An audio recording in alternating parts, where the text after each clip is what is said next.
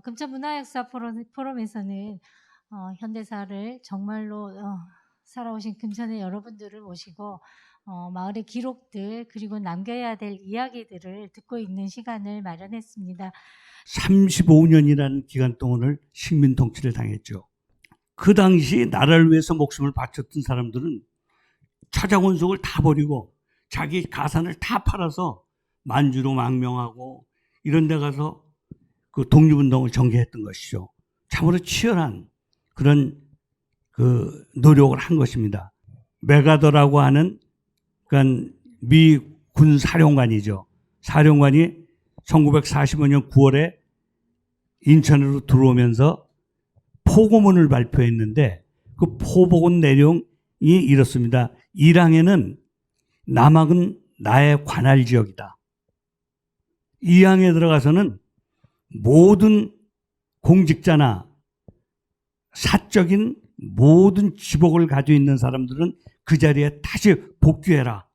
정말로 우리 민족으로서는 용서할 수 없는 일이었습니다. 그러한 포고령 때문에 친일파들이 살아나는 기회를 만들었고 그 이후에 이승만 대통령이 여기에 들어와서 어느 정당에서 건국절을 만든다고 건국절을 확고히 한다. 정강정책 제1호라고 그러더라고요. 1948년 8월 15일에 정부 수립을 하면서 친일민족 반역자들이 전부 국회의원이 되고 장관이 되고 다 됐잖아요. 그러니까 그런 사람들이 건국 유공자라는 얘기입니다. 그런데 여러분들이 알고 있어야 될 한 가지가 있습니다. 대한민국에서 건국 훈장을 받을 수 있는 사람은 딱 한 부류입니다.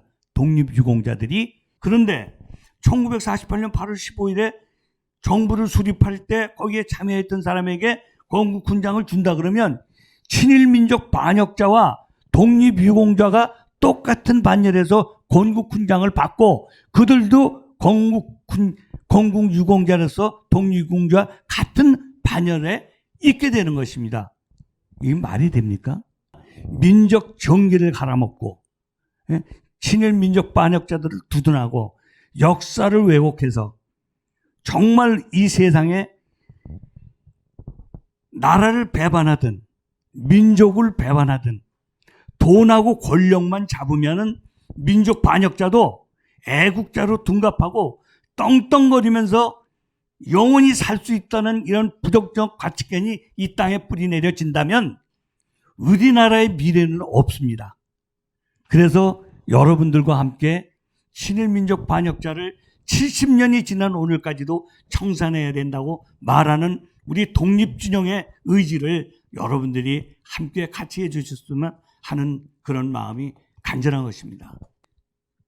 이승만 대통령을 국부로 모시고 박정희 대통령을 일단 얘기를 하면 역사를 모르니까 저런 짓을 하구나. 이 역사가 얼마나 중요한가. 그래서 우리 독립유공자 유족회도 매달 하고 있는 게 역사 아카데미입니다. 바르고 착하고 옳은 것. 우리가 세상을 살면서 옳지 않은 것들은 절대 하지 않는, 옳은 것만 하는 그런 생활을 하지 않으면 안 됩니다. 그래야 역사도 바로 세워지고 세상이 바로 서게 된다고 저는 그렇게 생각을 합니다. 4.19 혁명의 주체는 사실은 고등학생이 먼저 한 것은 맞지만은 같이 했던 것이 있습니다. 그 세력이 누구냐?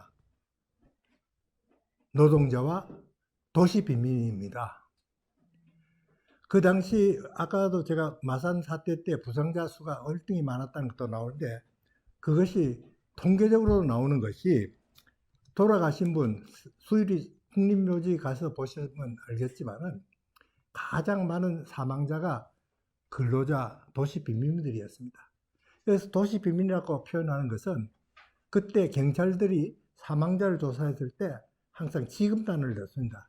지급에 무직 그분들이 바로 도시빈민들인데 구두 닦기 이런 청소년들도 있었듯이 이런 분들이 있었습니다.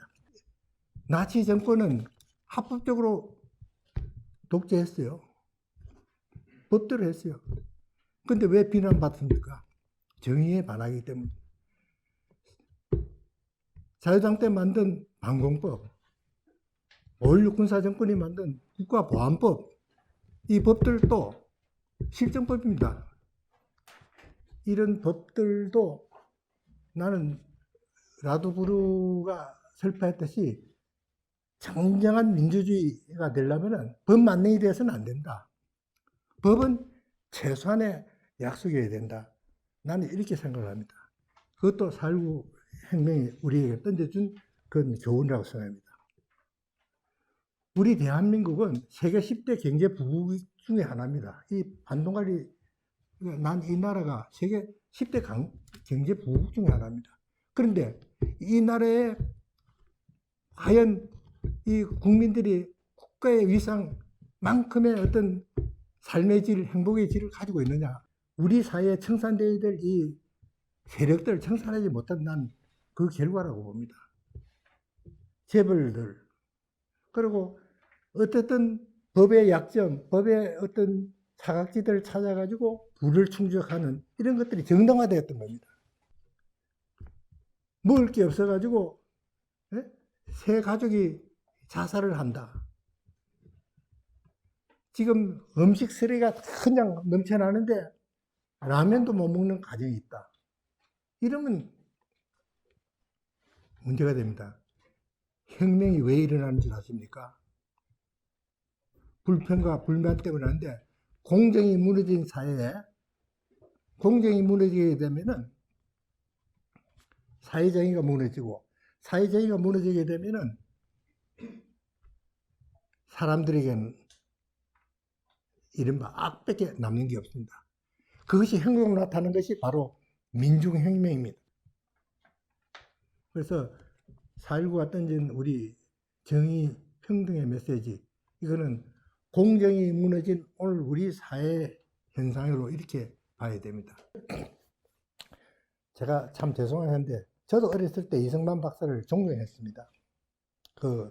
그때 학교에서 가르쳐준 그것만 읽어서 그런 거죠. 거기에는 이승만 박사의 나쁜 걸 하나도 안 적어놨으니까 정보의 부재죠. 우리가 역사를 바로 알아야 되는 이유가 거기에 있습니다. 역사는 진실을 적어야 되고, 그 진실이어야 어떤 왜곡도 없어야 그것이 올바른 역사입니다. 신채호 선생님의 말씀 우리가 다시 한번 기억합시다. 역사를 외면한, 역사를 모르는 민족은 미래가 없습니다. 역사를 몰랐기 때문에 우리는 박정희 같은 사람이 대통령이 될 수 있게 했고, 전두환이라는 같은 이런 사람이 대통령이 되게 이 사회에 있었습니다. 네, 오늘 강의는 내가 말하는 4.19는 이런 겁니다. 어른들은 가르쳐주지 않은 사실, 그리고 어른들이 가르쳐준 사실 속에서도 현실과 괴리가 있다는 이런 거. 이런데 아니라고 대답하고 저항했던 그런 행동을 했던 것이, 내가 나에게 4.19는 뭐냐고 물었을 때 대답하는 함축적인 거. 어른들이 이렇게 하라 해놓고 그렇게 하지 않았다. 그래서 그 진리를 감추는 거죠. 이승만 정권이 수립되면서부터는 사실 학생운동이 없었다고 볼 수가 있어요. 4.19 일어나고 학생운동이 시작됐다고 볼 수가 있습니다. 그래서 학생운동사도 4.19 이후부터 얘기하고, 민주주의 투쟁사도 4.19 이후부터 얘기할 수밖에 없습니다. 그런데 이제 4.19 이후에 학생운동이 학교 내에서 일어났던 학생운동과 학교 밖에서 일어났던 학생운동이 조금 나눠져요. 가자 북으로 와라 남으로. 판문점에서 얼싸안고 춤을 추고 학생들이 통일운동, 우리가 만나서 통일해야 한다. 이렇게 된 거예요. 왜 내가 이 얘기를 하냐면은, 박정희의 쿠데타 조건이 이게 제1조건이에요. 혁명 공약을 보면은 반공의 국수일 제1을 삼고, 지금까지 형식적이고 구애에만 그친 반공태세를 재정비 강화하고, 이렇게 하면서 반공을 제1국수로 삼은 거예요. 정명 정권이 들어서니까 세 가지 세 라인의 구테타설이 있었어요. 백두진 대통령, 이범석 총리 구테타설. 그리고 하나는 이주당이라는 게 있었습니다. 막스가 자본론서 쓰면 생산론서라며요. 이주주의라는 게 있었죠. 이 사람 구테타설. 그리고 군인 구테타설이 있었어요. 그때 굉장히 그런 말이 많았어요. 그래서 이제 크리스찬 아카데미 사건, 난민전 사건이 터졌죠. 크리스찬 아카데미 사건이 터지니까 노동운동을 하더니 갈 데가 없었던 거예요. 그러니까 김영삼 총재실로 뛰어들어간 거예요. YH 애들이. 예. 그러니까 박정희가 김영삼 제명시켰잖아요. 총재. 국회에서. 그러니까 부마 사건이 터진 거예요.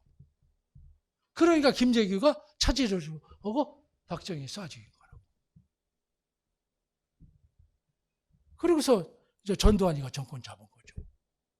그래서 군사 독재가 또 시작된 거지.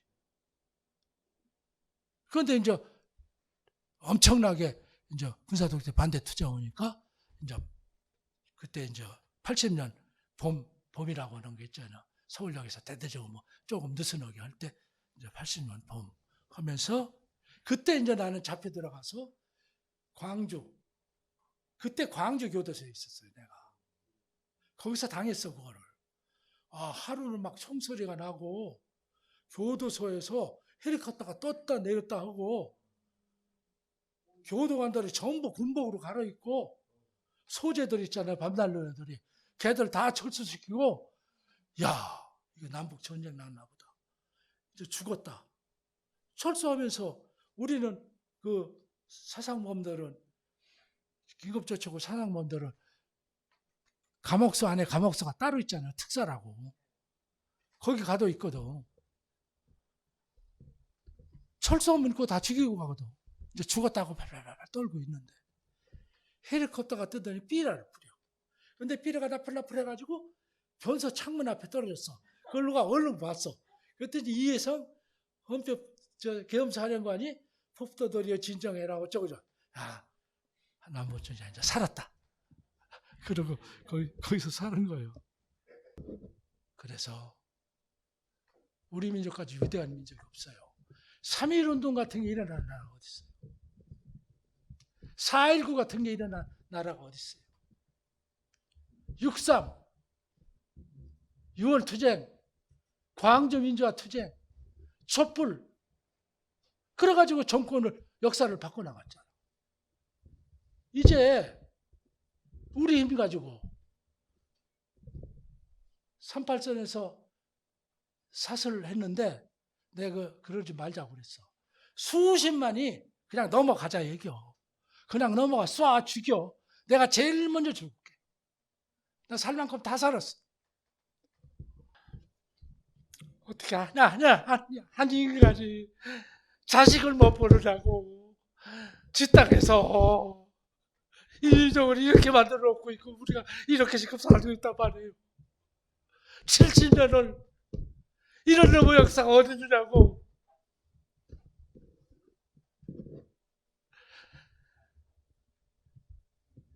한 인간으로서 너무나 억울하고 분하고요. 무슨 죄가 있어. 저들이 갈라놓고 원수 만들어 놓고 부모가 자식이 부모를 70년을 못 봐. 그거 먹으면 보려고 하면 사형당해요. 징역살이하고. 이런 나쁜 놈들이 세상에 어딨냐. 우리가 이걸 가지고 우리 힘으로 안 뚫어. 근데 이 가난을 보니까 가난이 왜 이렇게 못 벗어나느냐. 이게 원인이라고도 할 수 있겠지만 저는 이 가난의 악순환에 대해서 많이 생각을 했어요. 보면요. 아직도 우리나라 사람들에게는 그 유교적인 사고가 아주 뿌리 깊이 남아 있어요. 젊은이들에게는 발견을 못하는 것 같지만 다른 형태로 나타나요.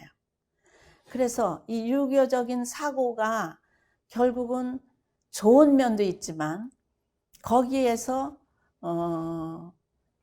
이 남과 여와 노와 소를 차별을 하고 차별은 좋은데, 이게 분별은 좋은데 차별을 하는 건 안 좋잖아요.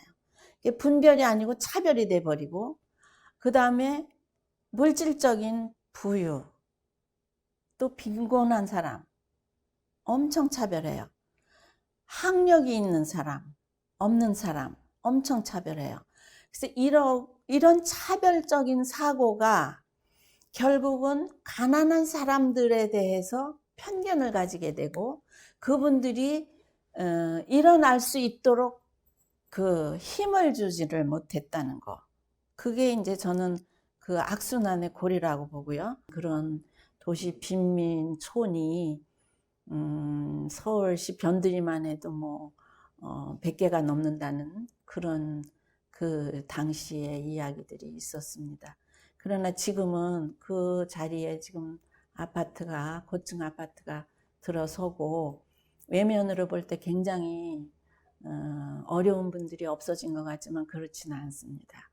예, 지금도 저희 집에 오는 분들의 그 상황을 보면 옛날에 비하면 물질적으로는 좀 좋아졌고, 또 의료보험 제도가 생겨서 의료 혜택도 좋아졌어요.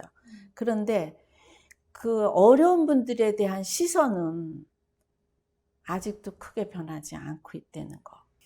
각 사람이 어디에 살든 각 사람이 모든 사람을 외형이나 물질이나 학력이나 이런 것으로 판단하지를 않고 사람이라는 그 자체를 두고 형제라는 생각을 가져야 된다. 이제 그 말씀을 요즘 지금 프란치스코 교황님이 이렇게 교육을 위해서 내놓으신 회칙이 있어요. 거기에 그 제목이 모든 형제들인데, 거기에서 말씀을 하신 것이 떨어져 있을 때도 가까이 있을 때와 마찬가지로 서로 사랑하는 사람은 복되다. 그게 가족끼리는 되잖아요.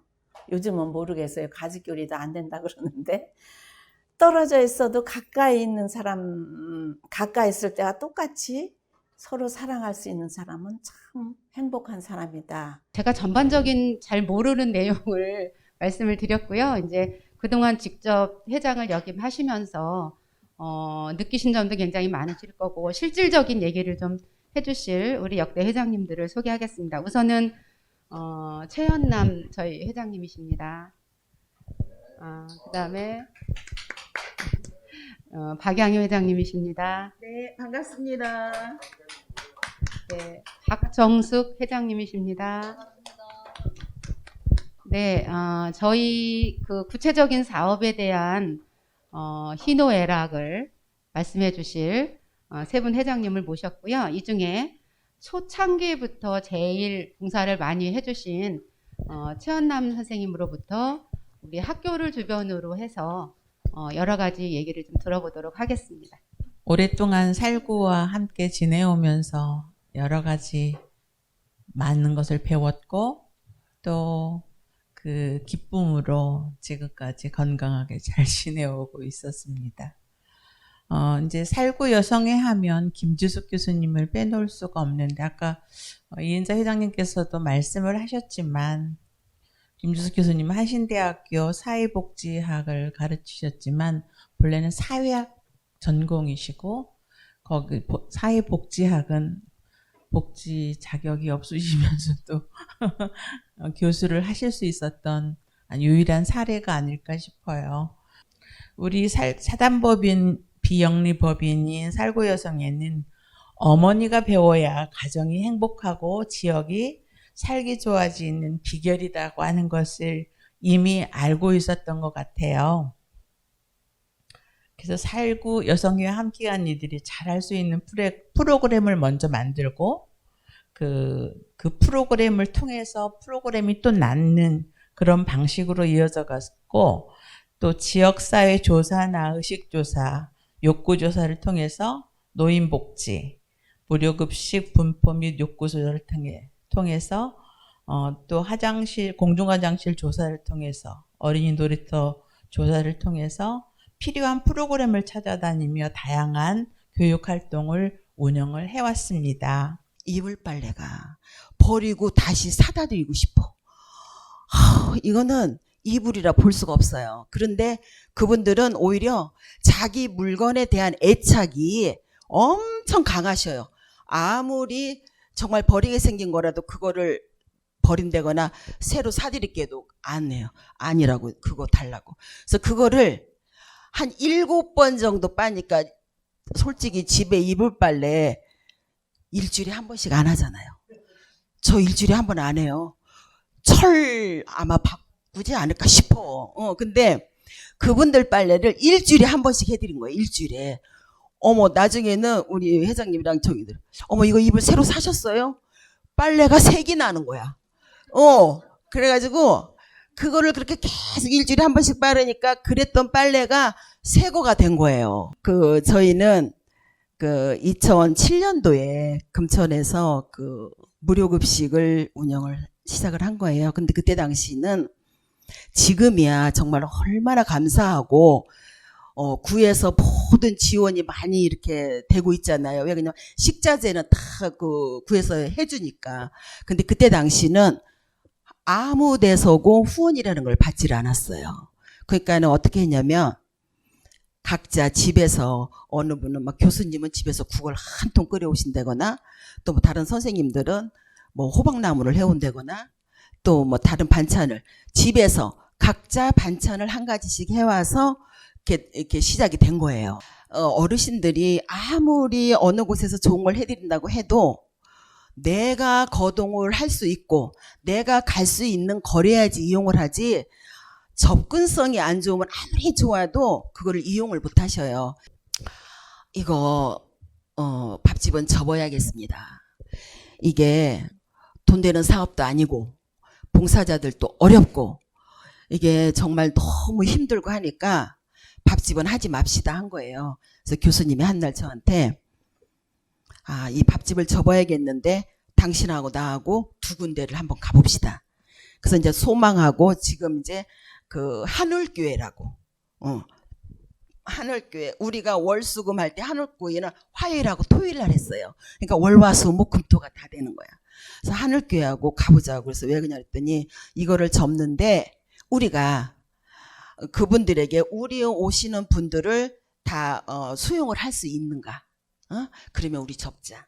그래서 예, 좋아요. 그리고 같이 갔어요. 근데 그 소망교회 거기에서도 자기네도 안 하려고 하는, 지금은 거기가 없어졌어요. 그러한 상황이고 절대 못 하신다고 하더라고요. 그러면 하늘교회를 가보자. 그래서 또 하늘교회를 갔어요. 가서 말씀을 드리니까 거기도 못 하신다고. 그러니까 교수님 하시는 말씀이, 야, 이건 말이 안 된다. 돈이 10원도 안 나올 때도 우리가 십시일반 집에서 반찬을 만들어 와서 막 이래서 그걸 했는데 지금은 그래도 사회로부터 우리가 보조를 받고 있는데 이걸 못한다고 그래? 이건 말이 안 된다. 안 받을 때도 했는데 받는데 왜 못해? 그러시면서 이건 해야 돼. 근데 그때 당시에 정부 시책이 뭐냐면 무료급식 하는 데서는 이제 어르신들께 월화수목금을 다 해드리라는 거예요. 거기에다가 토요일 날은 대체식. 그러니까 우리는 도저히 이제 못한다라고 이제 하는 거지. 근데 교수님은 이건 말이 안 돼. 돈 안 받을 때도 했는데 돈 주는 데도 이걸 안 해? 잘못된 거야. 혹 데려갔다 혹 붙이고 왔어요. 그래서 이제 다시 알겠습니다 하고 시작을 한 거가 지금 월화수목금토 다 해드리고 있는 거예요. 살구 여성회라는 것 자체가 너무 열악하다. 한 분의 선구 세웠던 분만의 힘으로는 이루어지지 않는다는 것이 지금 30년을 쭉 해오면 많은 사업을 했잖아요. 그 많은 사업 안에는 많은 봉사자들 또 보이지 않는 그런 많은 후원자들이 있었기에 저희 살구 여성회가 있었던 것 같아요. 위태위태했던 순간들도 많았고, 그리고 살구 여성회라는 이미지가 그런 다른 단체에서 어떻게 보여질지는 모르지만 나름대로 열심히 살구 여성회를 지켜왔던 그런 선구자들의 노력, 지금도 그런 선배님들도 계시고 역대 회장님들이 많이 지나가셨잖아요. 그런 회장님들 노력, 그리고 여러 봉사자들 노력, 그리고 끊임없이 또 살구회를 지켜주는 지역에 많은 단체들이 있기에 오늘 여기까지 살구 여성회가 30년 동안 온 것 같고요.